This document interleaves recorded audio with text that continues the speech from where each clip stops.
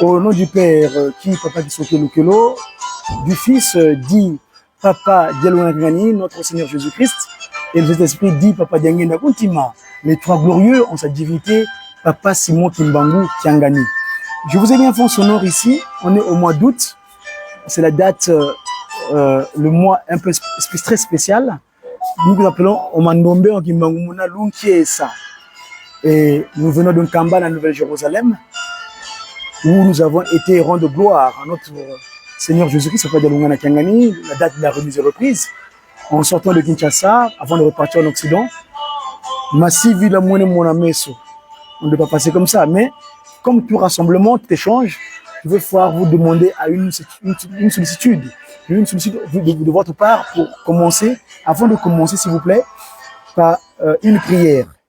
Ainsi donc, l'émission, ça s'appelle le média Kimbangis, la radio-télévision Kimbangis, la communication de Kimbangu. Tata, nous fila sambu shoti. Tusamba. Nkumbu tatuza velela seye mwane mwanda velela. Futuli matono kwa nge tata nzambi mfumu wetu Yesu Kristo tata mwanda velela inge kwa kutata Simoni Kimbangu Kiangani. Katufuene kutufuanisa.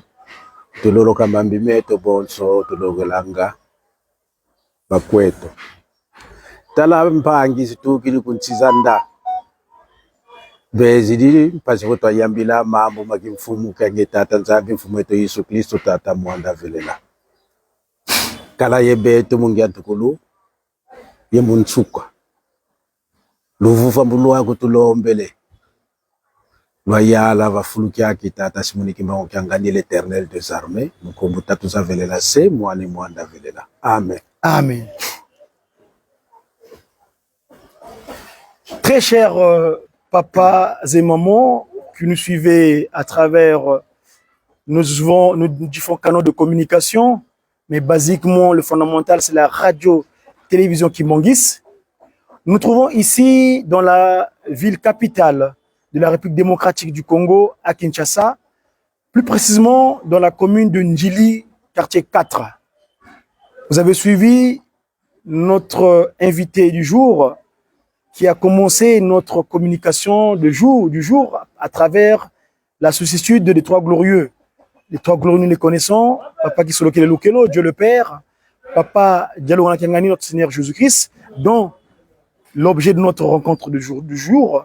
Et le Saint-Esprit, Papa Diangenda Kuntima, en sa divinité, Papa Simon Kimbangu Kiangani.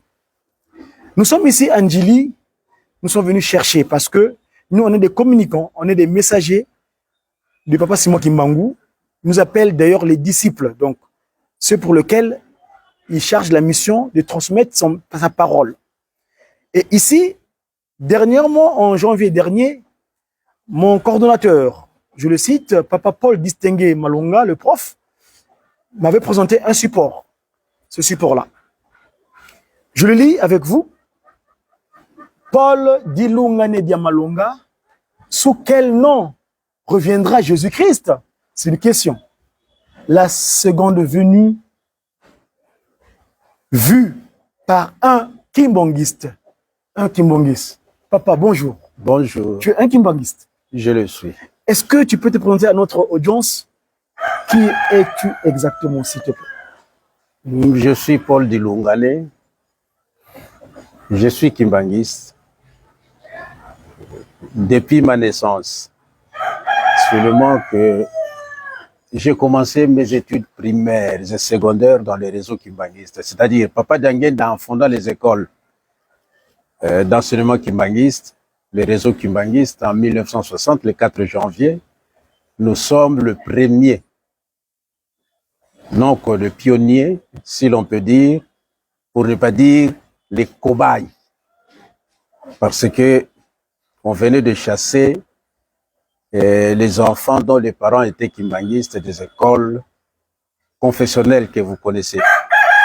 Alors, depuis lors, j'ai étudié dans des parcelles de chrétiens jusqu'à Kimbantike, au cycle d'orientation, puis Bongolo, et puis à Matadi, où j'ai terminé, j'ai obtenu mon diplôme d'État. Je suis allé à l'université à Kassapa en 74-75. Qu'est-ce que c'est Kassapa, papa? Kassapa, c'est une cité. Et quand on parle de Kassapa, c'est-à-dire ce qui est étudié à l'université actuellement de Lubumbashi. Nous, à l'époque, c'était l'Université nationale du Zaïre, campus de Lubumbashi. Très bien. Et puis après, j'ai fait les relations internationales. Après, je suis allé à l'Université de Dakar à l'époque, actuellement chez Anta Diop, où j'ai décroché une maîtrise en droit. Je suis du GTK. Actuellement, je suis de l'UJK Njili. Voilà ce que je sais. Après tout ce parcours, ce qui me gai dans ton propos, papa, c'est que tu viens dire que tu es de l'UJK. Or, l'UJK, c'est l'Union de la jeunesse kimbangiste, n'est-ce pas? Effectivement. C'est la plateforme que sa divinité a bien mise en place. Dites-moi un petit peu à propos de ce l'UJK, s'il vous plaît, papa. Qu'est-ce que vous en savez? Ben, l'UJK, c'est une sorte de plateforme qui réunit tous les jeunes de tous les mouvements GTK, dirigeants, et surveillants et tout ce que vous savez, dont le but est de perpétuer l'œuvre de Papa Simon Kimbangu et surtout de servir de fer de lance dans les activités de l'église kimbanguiste. Et c'est comme ça qu'à l'époque de nos aînés, vous avez vu que c'est l'UJK qui avait invité le maréchal Mobutu à venir à Bongolo. Ah bon? Voilà. Donc, Mobutu, le président Mobutu, le maréchal est venu à l'UJK. C'est l'UJK qui l'avait invité à venir à Bongolo en 1966. Donc, c'est ça, faire la visibilité en quelque sorte des activités de l'Église, pourquoi pas de l'Église tout entière. C'est ça l'UJK, l'Union de la jeunesse kimbanguiste. Merci. Je suis de l'UJK Njili, l'UJK Tuku. Mais Njili, c'est Tuku. D'où parle cette appellation de Tuku là? Pourquoi Tuku? Avant de rentrer dans le vif du sujet, parce que c'est vrai que le document c'est là, mais c'est une petite introduction pour savoir qu'est-ce parce qu'il faut savoir là où nous sommes tombés. Tuku, disons. Ça veut dire début. C'est ça, au Congo. Voilà, Congo. Et il y a une expression qui dit quoi sina Diambu Tuku. Ça, c'est le slogan de nous, les Jacques, là-bas, au Congo, là-bas. Voilà. C'est ce que nous disons là-bas. Quoi sina Diambu Tuku. Voilà. Donc, si vous voulez planter une niam, il faut aller à la racine. Mais pour connaître la vérité d'une histoire, il faut aller à la source. Donc, Njili, c'est la source. La source de quoi? Ben, il y a eu beaucoup de choses ici à Njili, surtout vers les années 1957, lors de l'implantation de l'église kimbanguiste. Papa Diangenda venait de temps en temps. Et surtout, faut pas ignorer que le dernier relégué ou la dernière vague des déportés kimbanguistes ont été de Njili, dont mon beau-père, Papa Nsimba, Raphaël. Donc, ils ont été déportés de Njili vers Kassangolo pour 3 mois, avant d'être libérés. Donc, Njili et Tuku, presque dans tout. C'est rien, mais je dois vous le dire. Bien sûr, papa. Même en ce qui concerne le transport en commun, il y avait une société à l'époque coloniale qu'on appelait TESEL. Et la ligne qui desservait Njili, c'était la ligne 21. Oh, donc, vous vous imaginez, c'est 21, cette fois oui, donc c'est un peu ça. Et on a été champion même dans le Tsinsani à maintes reprises. À maintes reprises. Même pour ceux qui captaient des chants, il y a eu des gens qui captent des inspirés, comme Papa Roulefou Alexandre. Celui qui a capté le chant, par exemple, lorsque on communie, on fait la Sainte Seine. Non, là, c'est l'autre. Et là, c'est Nkumbu Gilles Oscar, en 1960. Très bien. Mais lui, c'est Miyankembo. Miyankembo. Quand tu fais le... Voilà, effectivement. Il est de Njili. Bon, Fumuyi Suavova Vonzaï Kembela Silu, Diatezwa, il est de Njili également. Vous voyez, donc, bon, tout ce qu'on mélange là, bon, ça fait... Ouais. Tuku bana Njili boza mikili kuna boye baka bisika bo uta zokande ezaka makambo. Papa, on va essayer de communiquer parfois en français ou en langue naturelle. On y va, on va essayer de mélanger parce que la Effectivement. langue de Molière n'est pas nôtre, mais c'est vrai que c'est actuellement en tant que langue officielle, mais viendra un temps peut-être que quand passement on décidera de la manière de choses. Comme ça, on va revenir. Papa, alors, cette bombe, papa, tiens, on zoom. Sous quel nom reviendra Jésus-Christ? Déjà, papa, titre yo, pourquoi ce titre? Ah, et ça, un peu compliqué, même pour notre titre, c'était un peu compliqué pour utiliser les titres. Oui. C'est depuis 2000, avant 2000, l'an 2000, que la première ébauche a été écrite. Mais c'est une façon de pouvoir saisir l'arrivée ou la venue de Jésus-Christ. On dit que Christ va revenir. C'est ça. Bon. Bato ba mituna kate. Il faut to mituna. Kolo Yesu tango akoya. Baloba akoya ndenge nini. Ça, c'est une question. C'est ça. Mais il y a une question qu'on élude. Oba aborda kate, mais qui est biblique. Kolo Yesu tango akoya, akozala na kombo nini. Là aussi, c'est une question. Et nga na préféré qui n'a abordé koya ya Kolo Yesu au travers ya kombo oyo akozala na yango oyo moto ayebite. Yangwana kombo wana, dès que nous abordons, dès que nous découvrons kombo wana, bien que c'est écrit que yemoko mutayebi yango. C'est ça. Motote yemoko mutayebi yango. C'est tout à fait normal parce que Proverbe 25:2 à l'obi, la gloire de Dieu c'est de cacher les choses. Tandis que la gloire des humains, des hommes, c'est de révéler les choses que Dieu a cachées.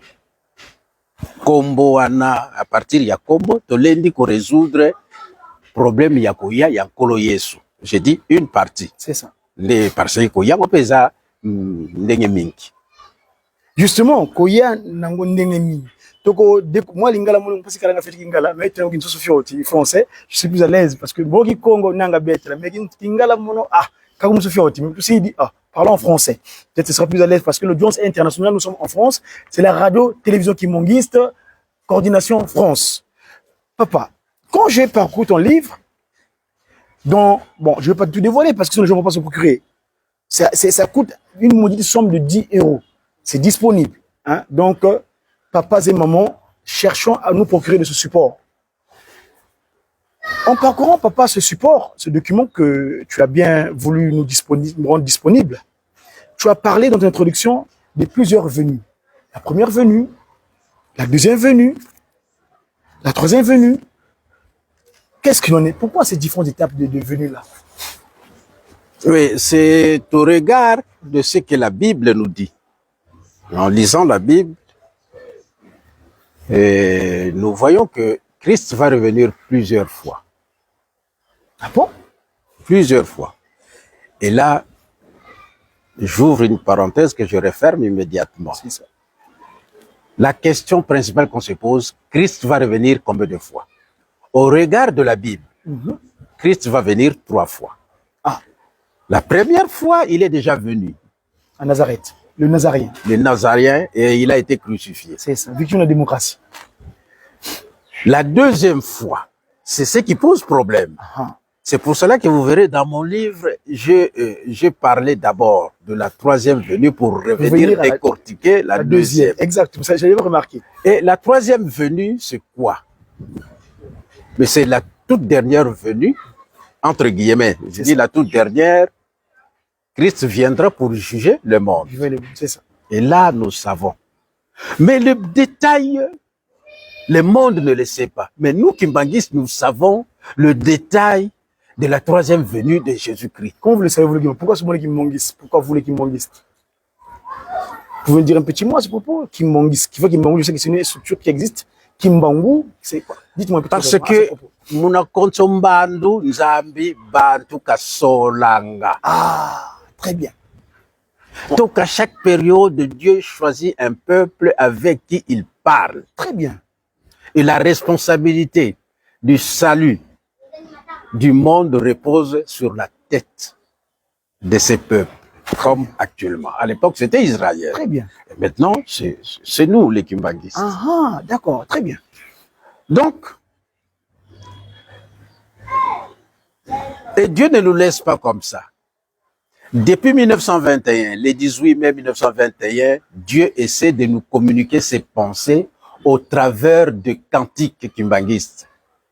Et ces cantiques, il y a des cantiques de joie et de prières, mais il y a des cantiques prophétiques. C'est-à-dire Dieu nous révèle ce qui va arriver, comme sur la troisième venue du Christ. Il y a un cantique qui dit Lulungi se silu mienoa. Lulungi silu mienoa yatamule Voilà. kimpofela kase. Effectivement. Au refrain, qu'est-ce qu'ils disent? Tela mawena tete mwamfumu mwanganise nsangu zaki tinu kiezulu vuvu kieto vingilanga yisu mvuluzi ukwiza sola veledi au temps de la fin. C'est ça. Ye tata simo wantumwase yandi tuna vingila mumatuti ye mazulu kekwizila. Donc quand Christ viendra pour la dernière fois pour juger dans le nuée, pour juger le monde, il ne sera pas seul, il sera avec Papa Simon Kimbangu. Et vous savez, lorsqu'il viendra pour la troisième fois, qu'est-ce qui va se passer? Il va juger le monde. Et quels sont sur base de quoi? Quand on juge, on pose des questions, non? Et quelles sont les questions que Christ va poser? Et là, les kimbanguistes connaissent déjà des questions. Zinzila Samasulu Zizibuka. Le chemin Regardez le Christ comme le Fils de Dieu. Il viendra par les nuits. Les anges. La première question. C'est le Christ qui pose la question au monde. Est-ce que le miracle qu'il avait produit, vous les avez vus? La réponse, Ingete Mfumwame. Lendo yamva na wasonga kyo ingete mfumwame. Lutumu yamva na walanda lo ingete mfumwame. Adieyi noa lembi kwikila. Pourquoi vous n'avez pas cru en Papa Simon Kimbangu? Ce sont ces trois questions qu'il va poser. Et là, c'est la troisième venue. Malheureusement, le monde tel qu'il est, le monde confond la troisième et la deuxième venue. Pour certains, ils disent, écoutez, la deuxième venue, c'est la venue sur les nuées. Alors, si telle est la vérité, si c'est là, ce qu'ils disent est la vérité, alors quel est le rôle d'Ésaïe 52? Que dit Ésaïe 52, papa? Il n'aura pas de visage humain. Il viendra, Ésaïe 52 et 53, je vous le résume. Il viendra, mais il aura une progéniture. Une postérité. Une postérité. C'est qu'Ésaïe avait menti. Or, Ésaïe n'avait pas menti. Donc, ce n'est pas la troisième venue. Non, non, non, non. C'est la deuxième venue. Si tel est le cas, quel est alors le rôle de Apocalypse 19, 13, où il dit, je reviendrai et je porterai un nom que moi-même je sais. Et ce nom, c'est la parole de Dieu. Kumbanzambi. Quand Christ viendra pour la troisième fois, il viendra faire quoi? Mais il viendra juste juger. Il ne viendra pas nous démontrer son nom. Non. C'est lors de la deuxième venue. À ce propos donc, la deuxième venue, papa, est-ce que tu peux nous en dire un mot? Parce que nous, tout à l'heure, j'avais commencé mon introduction. Là, je dirais aux techniciens qui nous seront là-bas au montage de mettre ce cheveu quantique. Ça, c'est Papa Dialungana qui parle là-dedans. À ce propos, papa, dites-moi, cette deuxième venue, est-ce qu'on peut en dire un petit mot? Vous avez dit que là, il aura une postérité. Dites-nous, parce que vous évoquez ici. Mes amis, s'il vous plaît, cherchons à se procurer. Yesu. Ah voilà, du coup, j'arrivais, j'habite mes voisins. Yesu. Mais quel Christ cherchez-vous, papa? Parle-nous un peu de ce Christ de la deuxième venue. La deuxième venue, je me suis référé d'abord sur le livre de l'Apocalypse, que l'on trouve un livre compliqué, c'est vrai, c'est un livre un peu compliqué. Le gars l'appelle l'Apocalypse, papa, des révélations, livre des révélations. Révélation, voilà. Très bien. Ce qu'on appelle à Kikongo, Nzai Kusu Ayoan. Mais dans Kanda Nzambi, c'est Lusengo Mono. Lusengo Mono, c'est encore plus parlant. C'est encore plus parlant là-bas. Et là, il faut voir dans l'Apocalypse. Il faut commencer par Apocalypse 1. Et surtout quand vous arrivez dans Apocalypse 3, 7, vous verrez ce qui se passe là. Et là, il y a quelque chose qui m'a tiqué.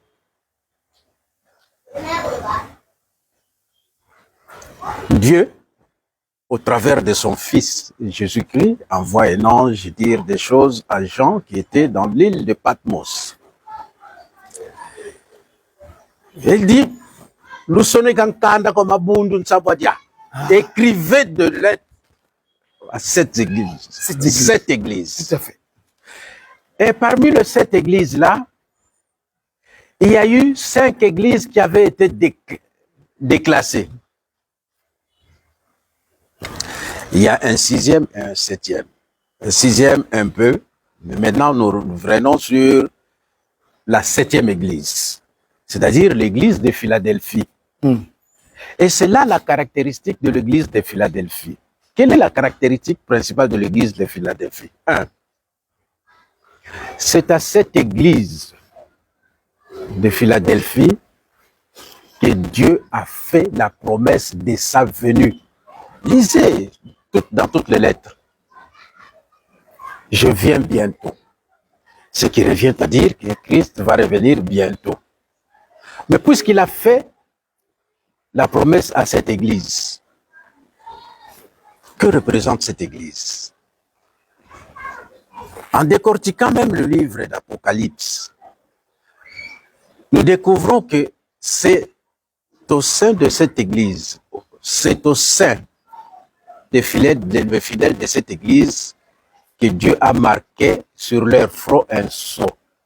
Et dans ce sceau, il est écrit les noms de Dieu, les noms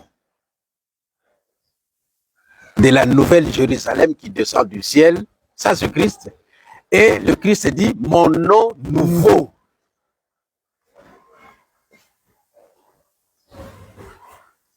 Mais quand vous avancez dans Apocalypse 14, 2, je crois, une des caractéristiques de l'église de Philadelphie, c'est la quête.